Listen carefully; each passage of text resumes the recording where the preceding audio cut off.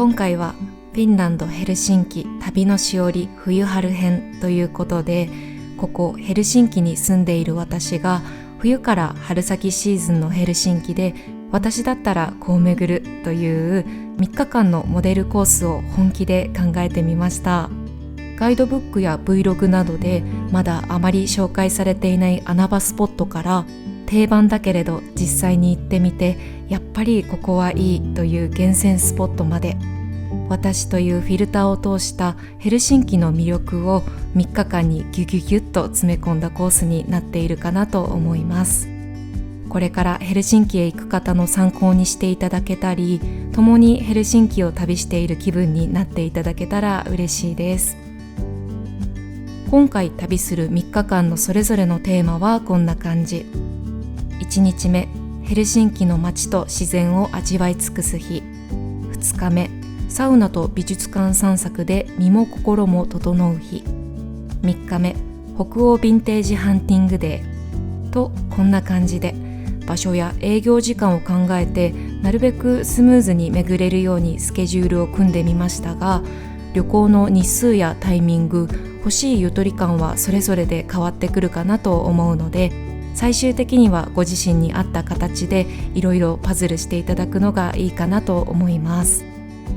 それではフィンランドヘルシンキ旅のスタートです。1日目のスケジュールはだいたいこんな感じ。旅のスタートはヘルシンキ大聖堂の目の前、歴史あるカフェエンゲルのモーニングから。観光地のど真ん中にありながらも地元の人々にも愛されるこちらのカフェ。ヘルシンキ大聖堂を設計したドイツ人建築家カール・ルートヴィヒ・エンゲルがカフェの入り口の装飾をデザインしたことから名付けられたカフェエンゲル。有名なので知っている人も多いかなと思いますが、私自身何度か行ってみて、ケーキなどのパティスリーも美味しいし、ここフィンランドならではの料理も楽しめるのでおすすめです。朝早くから空いているのも嬉しいポイント。フィンランド料理のサーモンスープやトナカイ肉のシチュー、ミートボールなどが気になります。私は今回ミートボールにしてみました。ハンバーグのように大きなミートボールはホロホロと柔らかく美味しく、クリーミーなマッシュポテトと酸味のあるリンゴンベリーとの相性も抜群でした。結構ボリューミーなので一皿でお腹いっぱいになります。以前食べたブルーベリーたっぷりのタルトも美味しかったし、期間限定のラスキーアイスプッラもシンプルで好みな味でした。ここでまったりお茶の時間を楽しむのもおすすめです。のんびり大聖堂を眺めながらヘルシンキの朝の雰囲気を堪能したら、お次はカフェの目の前に鎮座するヘルシンキのシンボル、ヘルシンキ大聖堂を拝みます。最近修繕が終わったようで、真っ白な胴体に緑のまるっとした屋根、その上にキラリと輝く十字架がとっても綺麗です。夏の青空とのコントラストも美しいですが、冬の雪の中で輝く大聖堂もまた素敵です。お次はその大聖堂のすぐそばにあるフィンランド国立図書館。ヘルシンキの公共図書館はオーディが有名ですが、そんなオーディとは対照的な歴史あるこちらの図書館も観光で来たならばぜひ見ていただきたいところ。まるで教会のように美しいヨーロッパらしい建築と、そこに並ぶいくつもの書物たち。魔法や錬金術のある時代へタイムスリップしたかのような気分になれます。机と椅子がたくさんあるので、一人旅の方はここに腰を下ろしてしばし一人作戦会議をしたり、旅の中で感じたことをノートに気ままに書いたりするのも良いかなと思います。そうこうしているうちにランチの時間。今いる場所からエスプラナーディ通りを越えて7分ほど歩いたところにあるこちらのレストラン。ここの平日ランチビュッフェは連日列ができるほど大人気で、とっても美味しいのでおすすめです。サラダとスープビュッフェは日替わりのスープにフォッカ茶やパン、作り込まれたたくさんのサラダが楽しめます。私が行った時はサーモンスープでした。フィンランドのサーモンスープはここの近くの有名なカッペリをはじめとして基本的にあっさりとしていて素材の味が感じられるものが多い印象ですが、ここのスープは濃厚でハーブの香りもしてとっても美味しかったです。日替わりのメニューも美味しいと聞いているのでそちらも気になる。平日近くのオフィスワーカーや地元のお客さんでとてもにぎわうので、開店の11時よりちょっと前に並ぶのがおすすめです。このレストランの他にもすぐ近くにオールドマーケットホールや有名なカッペリなどもあるので、気になる方はそちらをチェックしてみるのもいいかも。オールドマーケットホールは歴史ある港のマーケットで地元の食材がずらりと並んでいたり、サーモンスープなどの料理も楽しめます。歩いて見て回るだけでも面白いと思うので、この後のフェリーの待ち時間などにぜひ覗いてみてください。カッペリは天井の高い建築が素敵で、アンティークな雰囲気が好きな方は楽しいと思います。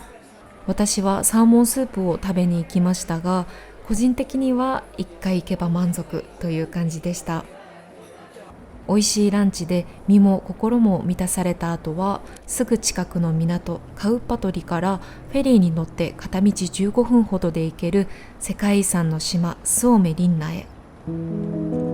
ここで初めて公共交通機関を使いますが、ヘルシンキのメトロやバス、トラムのチケットはすべて HSL というアプリで買うことができます。今回行くエリアのほとんどが AB ゾーンで、このフェリーもそれに含まれているのですが、1回券だと80分乗り放題で 3.3 ユーロなので、7回以上乗れば元が取れてしまう 21.2 ユーロの3日券を買ってしまうことを私はおすすめします。信用乗車制なので、バスの運転手やチェック隊が来た時にチケットを見せれば OK。 冬は凍った海を割りながら進む船に乗っているだけでももうエンターテインメントですが、このスオメリンナ島には1748年から作られた海上要塞が現存しており、当時の要塞や砲台の跡地を見ることができます。夏の景色も美しいらしいのですが、冬の流氷漂う岬からの風景もとっても美しくて、ただ島をのんびり散策するだけでも楽しいです。近くのスーパーでお菓子やパンを買ってピクニックをするのもいいかも。こんな景色が生活のすぐそばにあるフィンランド・ヘルシンキ、すごいです。スオメリンナでヘルシンキの自然を堪能したら、余った夜ご飯までの時間で街の気になる場所へ。映画かもめ食堂でおなじみのアカデミア書店でアールト建築を楽しんで、ムーミンのポストカードをゲットするのもよし、カフェアールトで小腹を満たすのもよし、世界一の図書館に選ばれたヘルシンキ中央図書館オーディでのんびりするもよし、オーディの近くにはヘルシンキ現代美術館キアズマがあるので、気になる企画展があればそこを覗くのもよし。ただキアズマは結構大きめの美術館なので、ゆっくり見たい場合は最終日に予定を入れてもいいかもしれません。美術館自体にそれほど興味が湧かなくても、ここのミュージアムショップが可愛いので、そこだけ覗くのもいいかも。私はここでこのトートバッグをゲットしました。トートバッグといえばオーディのトートバッグも可愛くてお土産にもおすすめです。夜ご飯はそれぞれの気分やタイミングがあると思うので、私的におすすめなものをいくつかピックアップしてみました。もしジャンキーなものを食べたい気分だったらこちら。フィンランド産の食材を使っていて、バンズも店内で毎日焼いていたりと、こだわりあるフィンランドのバーガーショップ。ヘルシンキにもいくつか店舗があるので、今いる近くの店舗へサクッと行けるのもおすすめです。こちらは明るくチャキッとしたお姉様が一人で切り盛りされている小さな気取らないピッツァリア。店内には数席しかなく、撮影も禁止なのですが、明るくフレンドリーなお姉さんが作ってくれるピザが絶品です。そしてこちら、実はまだ行ったことがないのですが、食べることが好きな知人たちがこぞって美味しいし素敵な場所だよと教えてくれるちょっぴり贅沢なレストラン。ミナペルホネンの皆川明さんもヘルシンキに来るたびに通っているというワインとコース料理の洗練されたお店で、私もフィンランドを去る前ちょっと特別な日に行きたいなと思っている場所です。最後はこちらのレストラン。実はここ私の職場なのですが、お米は日本から輸入して食材にこだわっていたりと、ひいき目なしに本当に美味しい定食が食べられるお店だなと思っています。個人的には日本とフィンランドどちらの良さも感じられるフレームドサーモンボール、炙りサーモン丼がおすすめです。お米が恋しくなったタイミングでも美味しいサーモンを食べてみたいという人もぜひチェックしてみてください。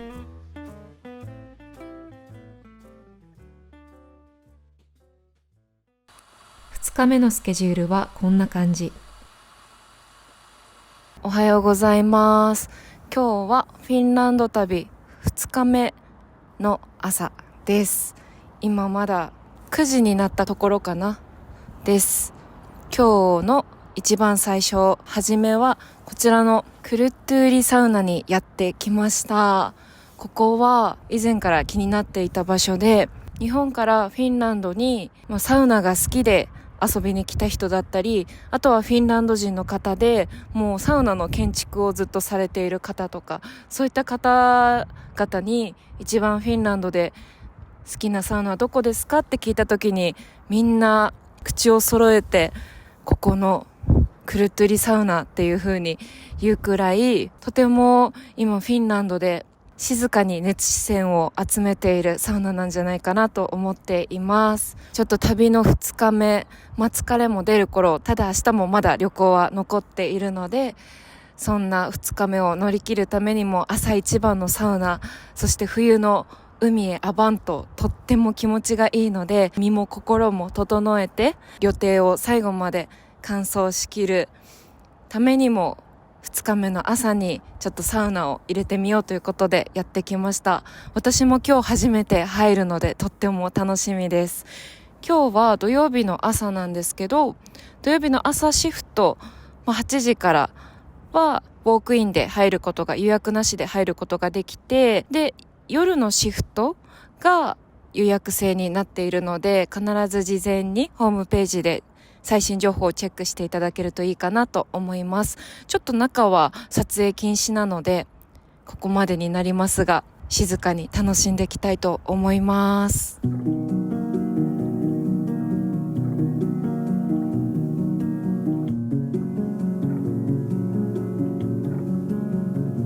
サイレンスの注意書きがある建物の中は余白のある静謐な空気で、それぞれが静かに自分の時間と向き合うことができる場所でした。薄暗なサウナ室の中に窓からうっすらと差し込む光が綺麗で、そういう些細な瞬間も覚えていたくなるような、そんな素敵な空間。氷点下の冬の海にアバンとした後、建物が囲む一本の木とその向こうに見える光を柔らかく反射した凍った海をぼーっと眺める時間は、心も体もほぐれていくようでした。朝から心も体も整ったので、次は可愛くて美味しいものを。クルットゥーリサウナから歩いて15分ほどの場所にあるウェイベーカリーへと向かいます。途中で通るこちらのカフェも友人からおすすめされて気になっているところ。そしてこちらのカリオライブラリーは建物も内装も素敵で、とても居心地がいいので休憩や作戦会議の場所におすすめです。この図書館の裏にあるウェイベーカリー、おしゃれな雰囲気と可愛いパティスリーたち、そして美味しいランチに地元の人たちや観光客でいつも賑わっています。メニューは週末限定や季節限定のものも多いので、事前にインスタグラムなどでチェックしておくといいかも。私は今回たっぷりクリームをアップルシューでサンドしたものにしました。美味しかった。ランチのパスタも美味しいので、しっかりお食事でもちょこっとお茶でも、その時のシーンや気分に合わせて楽しんでみてください。もしこのウェイベーカリーが混んでいて入れないだったり、タイミングなどが合わないようだったら、比較的近くにあるこちらのカフェもおすすめ。地元の人々に愛されるカフェで、フレンドリーな店員さんの気持ちのいい接客に心も明るくなります。私は今回キャロットケーキにしましたが、キッシュやお食事のプレートなどもあるみたい。それにしてもフィンランドのキャロットケーキって甘すぎなくて美味しい。光が差し込む店内も心地が良くて、思わず長居してしまいたくなるカフェです。他にも先ほどのウェイベーカリーから歩いて10分ほどの距離にあるハカニエミマーケットホール。ここは映画かもめ食堂でみどりさんがおにぎりの具を探してトナカイ肉を買っていた場所。1日目に行ったオールドマーケットホールよりも地元の人々が多い印象で、中に机や椅子などもあるので、気になったお店を選んでゆったりランチも楽しめます。さて、お腹を満たした後は北欧デザインを堪能する美術館巡りへ。とその前に、もしあなたが古着好きだったり、今手持ちの服が少なくて現地で洋服をお手軽にでもこだわりながら調達したかったら、すぐ近くのハカニエミウフへ。ウフはお洋服のセカンドハンドショップチェーンで、ヘルシンキでも至る所に店舗を見つけられますが、その中でもこのヴィンテージ表記のあるものがよりおしゃれな古着が多く、さらにその中でもここハカニエミのウフがお手頃かわいい古着の宝庫だなと思っています。旅の思い出に誰とも被らない唯一無二のお洋服を掘り出してみるのも最高のお土産になるんじゃないでしょうか。バスに乗ってお次に向かう先はこちらのディドリクセン美術館。実業家であるディドリクセン夫妻のコレクションを公開するために、実際の邸宅であった場所を私立美術館として開放したことが始まりだそう。クーシサーリというヘルシンキ西部の島に佇む小さく美しい美術館で、自然のそばで自然と共に暮らすフィンランドの人々の日々を感じられる場所だなと思います。この窓からの水辺の風景が綺麗です。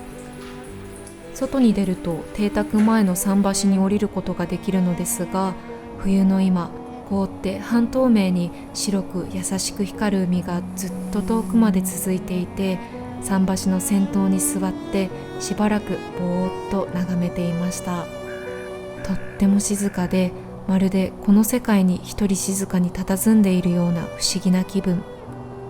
夏もまた美しいのですが、冬のこの凍った海をできるならいつまでもここに座って眺めていたくなる、そんな素敵な場所です。お土産にポストカードと切手もゲット。こうして美術館で気に入ったポストカードをゲットして、旅先から大切な人や自分へ手紙を出すというのもワクワクします。小さな美術館なので、たっぷりとここで過ごす時間を楽しんだとしても、それほど時間はかからないかなと思います。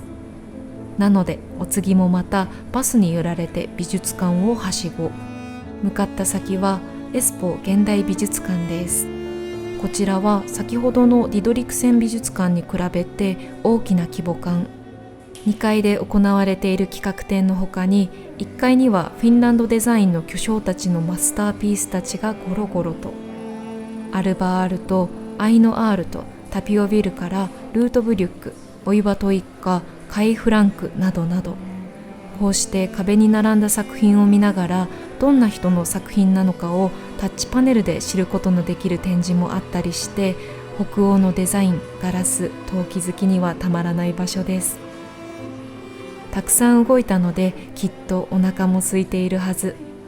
1日目でご紹介したお店へ行ってもいいし、もしあなたがよりヘルシンキの暮らしを感じる旅にしたいのであれば、スーパーで買い出しをしてホテルで晩酌なんかもおすすめです。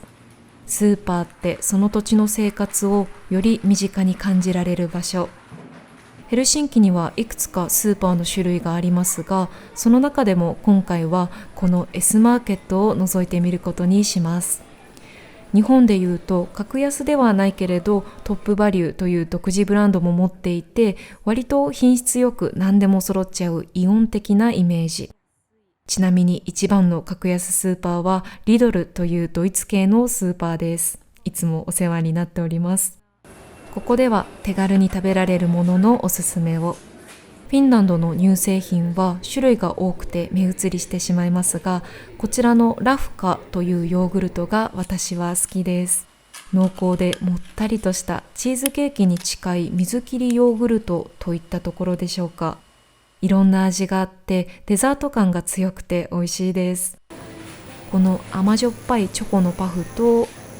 辛いもの好きにはたまらないハラペーニョのポテチは私のよく買うお菓子のラインナップ。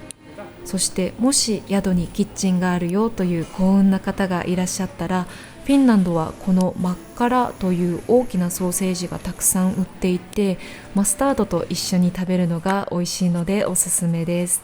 夏だとこれを外の焚き木でバーベキューのように食べるのが定番。フィンランドのマスタードは日本のからしのようにツンときつくなく、とっても美味しいのでぜひ試してみてください。マッカラと一緒にビールは最高コンビ。フィンランドではアルコという酒屋さんでお酒が売っていますが、アルコール 8% 以下であればスーパーでも種類豊富な中からゲットできます。ただ21時を過ぎるとアルコもスーパーのアルコールコーナーも閉まってしまうので、そこは注意です。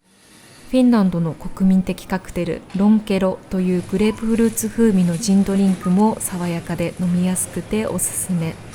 あとこちらのレイパユーストというチーズ、噛むと口の中でキュッキュッとなる今まで食べたことのない不思議食感のチーズ。夏にロバニエ見に行った時に食べさせてもらったのですが、それが忘れられなくて何度か自分でも作って食べています。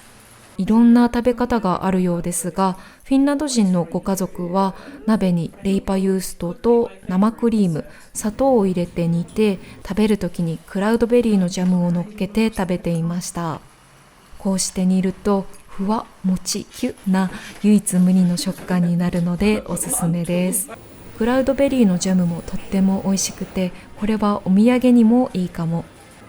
フィンランドといえばブルーベリーなどのベリー系を食べてみても楽しいし、ベーカリーコーナーではお手頃で美味しいパンたちが手に入るので、そこをチェックしてもいいかも。このカラリアンピーラッカというフィンランドならではのおかゆパイ、素朴で美味しいです。クロワッサンも美味しいですね。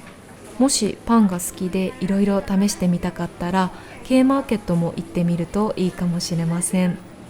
他のスーパーよりもちょこっといいパンたちが売っていたりします。ファッツェルのものがおすすめ。私は最近このカシューナッツとクランベリーのパンにドハマりしています。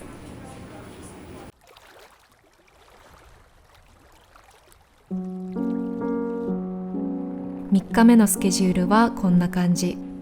最終日の朝はのんびりと。ヘルシンキでここのシナモンロールが一番好きという人も多いこちらのカフェ。じゅわっとバター染み込むしっとりした大きめのシナモンロールと美味しいコーヒーで朝のエネルギーチャージ。お次はカフェから歩いて10分ほどの距離にあるデザイン美術館へ。こちらは日本でも高い人気を誇るフィンランドデザインがどのようにして生まれたかを、展示自体も一つのデザインとして面白くたどることができる北欧デザイン好きにはたまらない美術館です。このブロックランプ、いつか自分のお部屋に迎えられる日が来るといいな。今開催されている企画展はエスケープトゥムーミンバレー。ムーミンの作者であるトーベがどんな場所でどうやってムーミンという物語を作り上げていったのか、制作の実際のお部屋や環境を知ることのできる展示からムーミン谷とその空間までをたどることができます。今日のお昼ご飯は私のお気に入りでヘルシンキで一番通っているカフェエレファント。素晴らしいバリスタが入れてくれる美味しいコーヒーたちももちろんですが、パティスリーや食事はどれも本当に美味しくて日本人の口にも合うと思います。たくさんのおすすめがありますが、ここのキャロットケーキを食べた時は私の中でのキャロットケーキの概念を覆されました。パスタもおすすめ、量もたっぷりでお腹いっぱいになります。空間も北欧デザインとアジアの雰囲気がいい感じにミックスされていて楽しいです。午後はこの3日間で自然に楽しく吸収したフィンランドデザインの知識というか感覚を存分に発揮して、自分だけのお宝探しにセカンドハンドショップを巡っていきます。まずはこちら、家具好きにはたまらないアルテックのセカンドハンドショップ。いろんな年代や種類のアルテック製品たちがゴロゴロと眠っています。アルテックだけでなく、たまにフィンランドのヴィンテージの可愛い置物などがいるのも面白いポイント。時の精査にかけられてもなお美しく佇むアルテック製品たちを眺めていると、本当にいいと思えるものを長く繕いながら使っていきたいなという気持ちになります。営業日が限られているので、そこは注意。タイミングが合えばぜひ覗いてみてください。ここから道を挟んですぐ近くにあるこちらのアンティークショップも面白いのでおすすめ。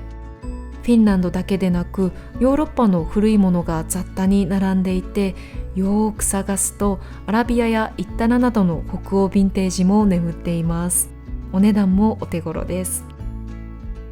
こちらはいろいろな場所で紹介されているので知っている人も多いかなと思いますが、やっぱりいいのでご紹介。半地下の倉庫のような場所にずらりと並ぶフィンランドヴィンテージたち。ある程度セレクトされたセカンドハンドショップは値段が高くなりがちですが、こちらはその中でも比較的お手頃な方なのではないかなと思います。大体の種類ごとに分かりやすく陳列されているので、気になるものとも出会いやすいし、半地下の倉庫のような洞窟のようなこの空間にもワクワクします。お次はこちら、キーラ・トゥスケスクスとはフィンランド語でリサイクルセンターの意味。ヘルシンキには至る所にこのお店があって、日本でいうセカンドストリートやブックオフ、ハードオフのような感じです。フィンランドでは古いものを捨てずに繰り返し使う文化が強く根付いているなと感じているのですが、その筆頭として安価に服や食器、家具や手芸用品までもが手に入るこのキーラ・トゥスケスクスをみんな活用しています。もし少しハードな感じで安く掘り出し物を見つけたいという方は Google マップなどでこのキーラ・トゥスケスクスまたはリサイクルセンターと検索して出てきた近くのお店にぜひ行ってみてください。アラビアやイッタナなどのお宝と嬉しい出会いがあるかもしれません。そしてこのエリアに来たらぜひ立ち寄ってみてほしいのがこちら、ヘルシンキの駄菓子屋さんです。ヘルシンキのほとんどのスーパーにはお菓子の量り売りがあって、それも楽しいのですが、ここはスーパーではバラ売りしていないようないろんなフィンランドのお菓子がたくさん並んでいて、駄菓子屋ならではのちょっとずついろんな種類をゲットすることができます。店内も可愛くてテンションが上がる。旅のお供をゲットしにぜひ覗いてみてください。あとは夜ご飯へ行ったら3日目はいっぱいいっぱいかなとは思いますが、もしあなたがお買い物はあまり興味がないよという方だったらぜひヨールンカトゥスイミングホールへ。ここは映画カモメ食堂で幸恵さんが泳いでいたプール。最近改装工事が終わってまた営業を再開しました。中は撮影禁止なので様子はサイトで確認してほしいのですが、利用可能な日が男女曜日ごとに分かれていて、水着で泳いでもよし、裸で泳いでもよしという路地裏に隠れたサウナも楽しめるヘルシンキ最古のプールです。2階のサウナとラウンジのような場所は予約が必要みたい。フィンランド最終日に大きなプールとサウナでのびのびと心と体をほどいてみるのもいいかもしれません。ヘルシンキ3日間の旅。私のメガネを通して選んだ冬から春先にかけての暗く寒いシーズンでも楽しめるコース、いかがでしたでしょうか。割とスケジュールを詰め込んでいるかなと思うので、削ったり足してみたりパズルをしてみたり、それぞれのスケジュールやタイミング、好みに合わせて活用していただけたら嬉しいです。次は夏シーズンの旅のしおりも作りたいなと思っているので、こういうところも盛り込んでほしいなどのリクエストがあれば、ぜひコメント欄で教えてください。最後まで見てくださりありがとうございました。素敵なフィンランド旅となりますように。